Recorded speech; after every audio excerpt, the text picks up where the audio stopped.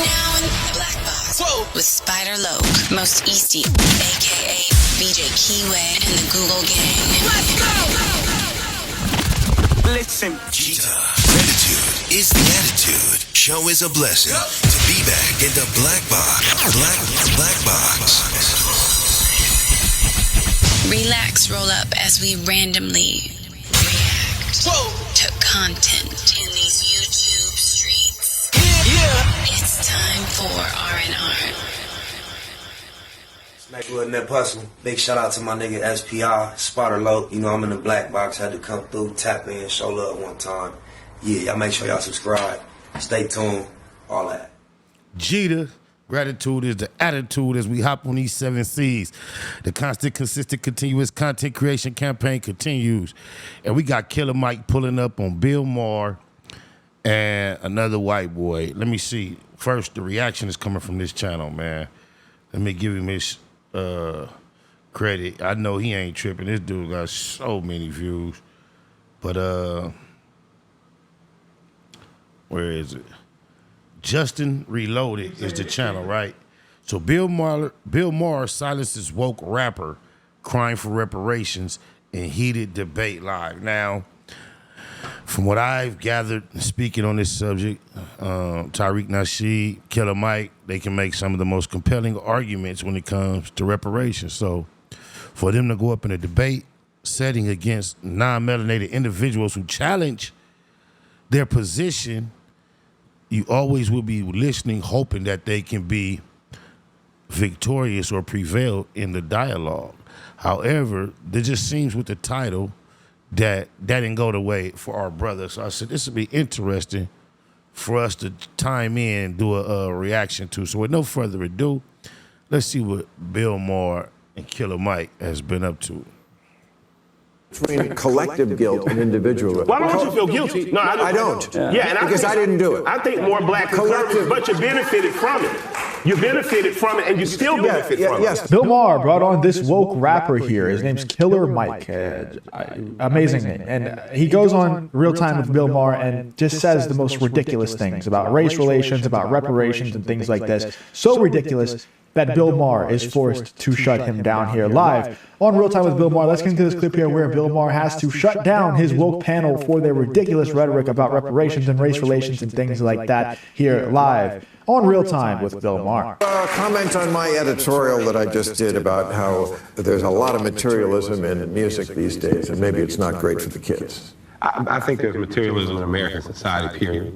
We're just musicians. You know, he started off saying the music, and he would rather say black music. And art, a lot of times, in terms of when art becomes commerce, it's just a reflection of where society is. When you were talking about, you know, it used to be a lot of bitches and hoes and homophobia in there. Bitches, hoes, and homosexuals buy music. And at a certain point, the people who make music was like, it's not cool to keep saying this shit because they got better buying power than just the guys who are mad at home. And what you see now is the people on top of the charts are the Kendrick Lamars, the Drakes, the J. Coles, because society, what is it? Huey said, it's not the vanguard that moves the people, it's not the leadership, it's when the people are ready to move. So I think when I have arguments with Anaya, my 26-year-old daughter, I know that there's a change coming because of the way she views the world. So I think musicians and artists for commerce are going to adjust. But when it comes to money, we have an infatuation with money. The way your daughter views the world is anecdotal, and maybe she may have an awesome outlook. And I would love to believe that the way my daughter, your daughter, his daughter views the world is going to change it. But that's kind of like self-serving to say that. Kind of like it's kind of not genuine either. I don't believe, unless he's saying he thinks his daughter's mind state is indicative of the collective of the people, the generation that she belongs to in the future at whole. This country. You know, so much to the point we went and kidnapped a bunch of people 400 years ago, made them work for free and said, boom, greatest nation in the world. So, you know, happy Black History Month. Happy Black History Month. It's like a relationship fight. You never let it go. No, you can't. Yeah, just like the Holocaust. Never let it go. You feel me? It's what we've been taught, told, and it's what's been pushed upon us. It's what's continually impressed upon us, is to never let it go. I think the phrase is just like remember the Alamo remember the Holocaust. I think we're often motivated and behooved from outside influences to remember, not let it go. You're correct. I'll tell you this. Speaking of money, you want to let it go. Prepare a reparations package for black people in this country. For people, and I'll tell you this. The leader of the Fed said something. Did I buy dinner last time? Yeah, you did. Look how condescending. I know he's a asshole by trade, and I know he's a comedian and all that, but that is a very insensitive thing to say in the face of what Killer Mike just said. Yeah, in the restaurant. That does not count. You did. You offered to marry my wife if I died early. Absolutely. But what the hell? Oh my God! No way! There's no respect there. I do think this country could benefit from a reparations package that included cash, that included reversal of redlining by helping black people be homeowners, understand credit, and understand Americans that if the black community has more money, this country has more money. Yeah, and we need to start seeing ourselves in a relationship. As long as we have the topic on the table, what do you think about that? Reparations. Vivek Ramaswamy just texted me his Taylor Swift playlist. I haven't been paying attention. So I'll pass it. Oh, my mama, that went way over my head. But I'm sure it was condescending toward individuals such as us. Oh, my mama. Dodging this question? I'll dodge it. In terms of what, reparations? Sending out a check. Someone's got to pay. No, I'm not for reparations. I'm not for that at all. At the end of the day, this country owes $34 trillion, and the government doesn't owe that money. You all owe that money. And also, don't be fooled. The money's got to come from somewhere. There's a difference between collective guilt and individual. Why don't you feel guilty? No, I don't. Yeah, and because I didn't do it. I think more black conservatives, but you benefited from it. You benefited from it, and you still benefit from it. Yes, that's true too. So my thing is just help spread the benefit. But there are reparations that do go on in different ways. Yeah, absolutely. But that's a good point. Spread the benefits. If you came up on some ill-gotten gains, and those who are suffering due to the fact that you came up on them, because you got them from their ancestors, where your ancestors got them from their ancestors and passed them on to you, and now you're fully aware of that, in good conscience and good faith, why wouldn't it be fair to say, oh yeah, here you go, let me throw you at least some of it? You know what's really sad about this? It's like, I don't think this guy, Killer Mike, is really a bad person. And I think a lot of these people, because I don't think Killer Mike is also profiting off of this. So whenever someone is not going on Bill Maher's podcast or Real Time with Bill Maher, and they're not selling a book about how black people or minorities are just victims and they can never achieve anything in life because America just hates black. What the hell? Oh my God, no way! Look how they try to erase the struggles and the effects of that struggle. Every time someone speaks about the plight of black people in America, and it's not just hunky-dory fine like peach cobbler, apple pie, and vanilla ice cream, that's how they view you. That's crazy. Black people, whatever. If they're not selling a book or profiting off of it in some sort of way, I don't really get mad at them, you know? And maybe I'm wrong. Maybe he is selling a book or something. I wouldn't be shocked. But I don't think he is. And so I don't think he's genuinely a bad person. You know, I think he's just really misled and really misinformed. And you can make this reparations argument to someone who is not super well read and super well informed. You can make the argument sound extremely attractive and really common sense like. You really can. It sounds so easy. It sounds like it makes so much sense whenever he puts it that way to a person who is not super educated on this. Like, must not be yourself, because you are not offering any counterpoints to challenge him. You're just generalizing and summarizing. Man, let's get to the content. Shut up. But when you really just start to think logically and you start to go through, like, let's go through the natural steps of what's going to happen during this reparations that we're supposed to give out. It just doesn't make sense. Look, I thought you was going to actually explain something. What didn't make sense was to destroy a whole culture of people through slavery and Jim Crow and the other issues associated with those type of conditions in America. That made sense. Didn't make sense either. It made financial sense for those who gained off the backs, the blood, the sweat, and the tears of others. But if you want to say what makes sense and what's logical, we can't start making that be the criteria at this point. It just doesn't make any sense at all. And whenever you explain that to these people, they usually start to understand, because he seems like a somewhat reasonable person. He just seems to be misled. The problem is, a lot of people don't even, like, we've had this argument so many times, and it's so damn old now that nobody even wants to really explain it to someone. Well, shut up and let them talk. And look, I don't even really think it's our job to explain it anymore. I think there's so much free information out there. You can just go find the information.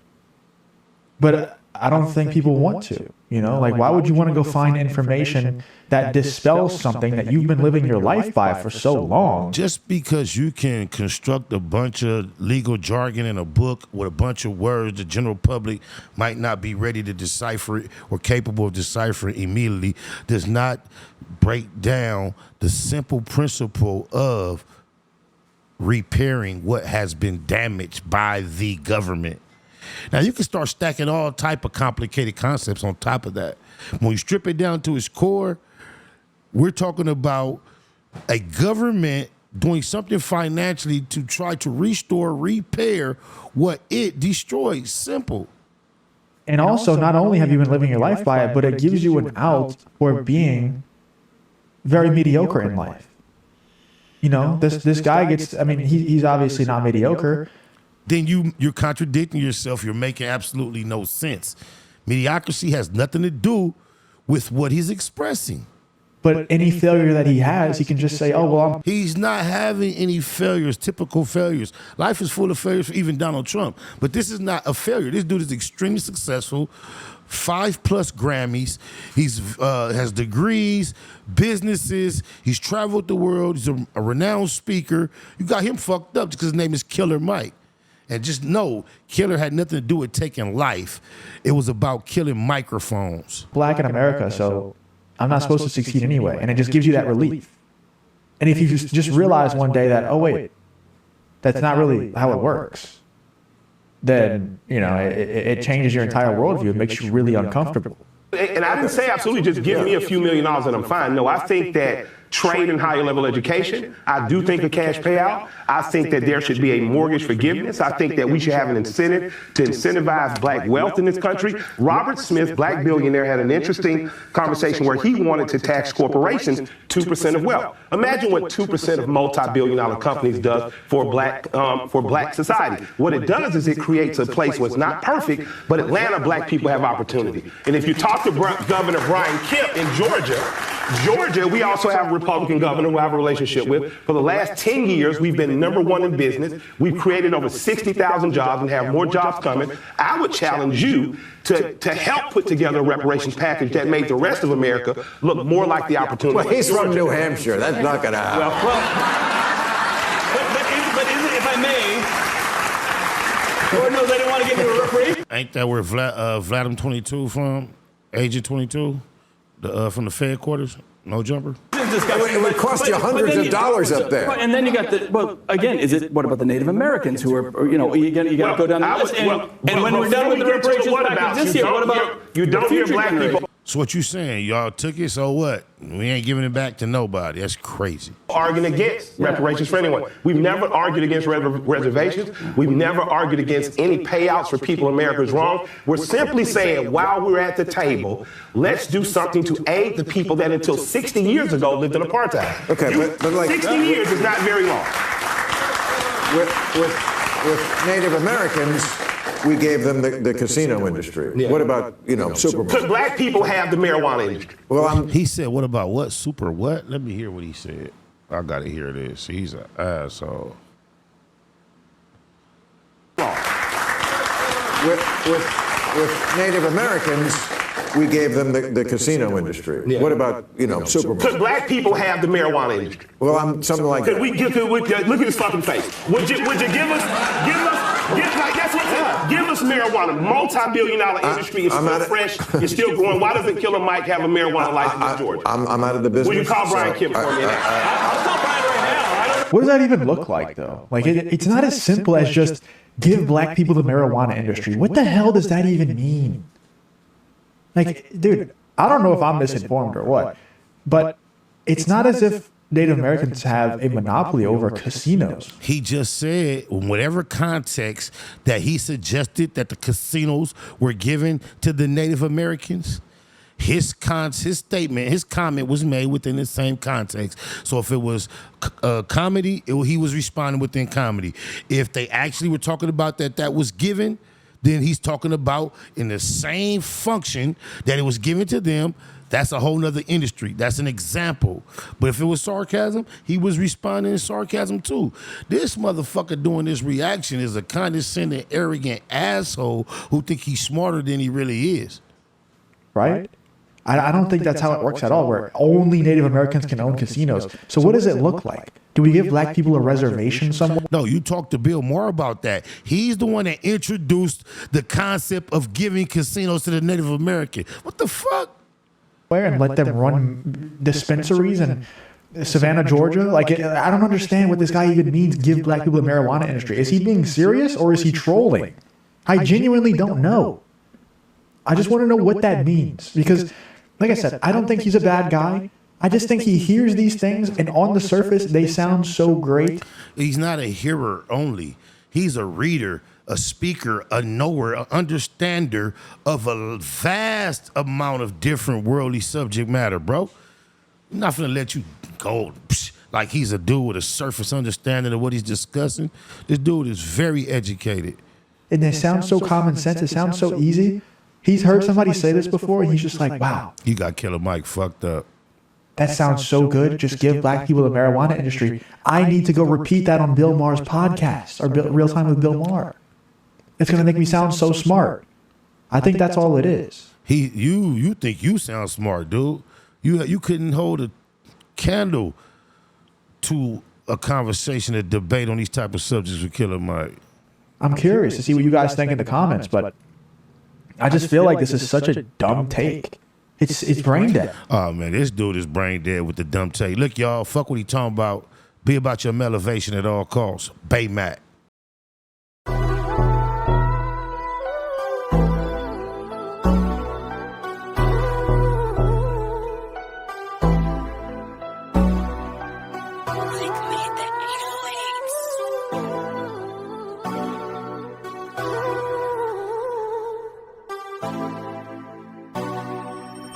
Hop on the interstate and chase me a bag. Pop bottles every time that I pass. It's that mafia swag, fly crippin'. You see me drippin' all this Mac sauce. Baymac, be about your money at all costs. Hop on the interstate and chase me a bag. Pop bottles every time that I pass. It's that mafia swag, fly crippin'. You see me drippin' all this Mac sauce. Baymac, be about your money at all costs. I'm from the land of the crack pavement. When niggas holler stay dangerous and squabble up just like Javante Davis. Niggas haters, they on lame shit. We be on that game shit. He thought he got away. I chase him down LeBron James shit. Blood stains from the stainless. He need a paramedic. And we play ball. Everybody around me athletic. Still stepping. Well committed. I stand on business. Every load I jump in, that bitch tinted. Gon' catch me slipping. About my money low. Run me that bag. Call my bitch and say I need you. She gon' run to me fast. That mafia swag, she can't get enough. And she know I'm about my man. She let her sit and watch me add all this money up. Riders popping out the cut like roaches when the lights on. I'm just like BG with my niggas, whether right or wrong. Dead end mafia. You entering the danger zone. Tiny Macs be cracking heads. You better have your helmet on. Hop on the interstate and chase me a bag. Pop bottles every time that I pass. It's that mafia swag, fly crippin'. You see me dripping all this Mac sauce. Baymac. Be about your money at all costs. Hop on the interstate and chase me a bag. Pop bottles every time that I pass. It's that mafia swag, fly crippin'. You see me dripping all this Mac sauce. Baymac. Be about your money at all costs. These niggas be hopping out of foreign whips and feeling like they run shit. The homie like Nick Cannon. He a fool with them drumsticks. Serve him and they done with. Have all of them niggas hit. Something heavy in my Baymax sweater. You see the gun print. Yeah, got me bent behind tent, but I'm low key, give a fuck about the busters. The real niggas fuck with me, I move solo. True pro clubs over polo. You won't catch me in none of you niggas photos. Y'all too friendly. Hopping out, spilling my Remy, smoking on good pressure. Always in a different load. Gotta keep these niggas guessing. Firearms in my possession. Steady counting my blessings. Believe in God and believe in this weapon. And try not to do too much stressing. Ain't seen my daughter in months. And when we FaceTime, I shed tears, I can't help it. And still connected in these streets just like Wi-Fi. Chucking up the set for death though. We gon' rip ride. Hop on the interstate and chase me a bag. Pop bottles every time that I pass. Just that mafia swag, fly crippin'. You see me dripping all this Max sauce. Baymax. Be about your money at all costs. Hop on the interstate and chase me a bag. Pop bottles every time that I pass. It's that mafia swag, fly crippin'. You see me dripping all this Max sauce. Baymax. Be about your money at all costs.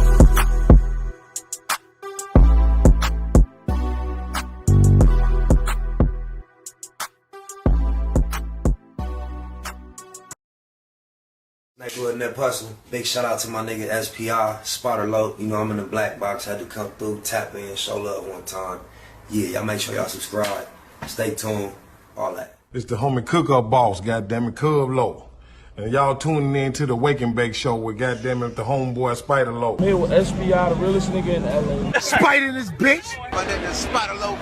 Spider Low, nigga. Spider Low. It's Spider Low. Spider Low. Spider Low. Spider Low.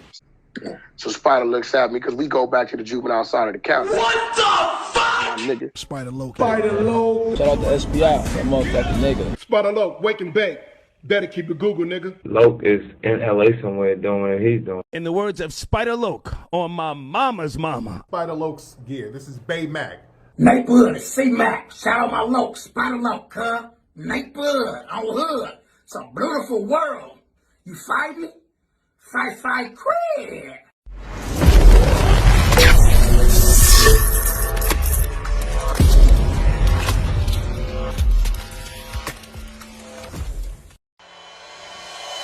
Point blank, through no subliminal dissing. When I listen, I can tell you never been on no mission. Sticking to the script, don't care if I offend you. Neighborhood crib, the marathon I overlook my competition, never seeing them.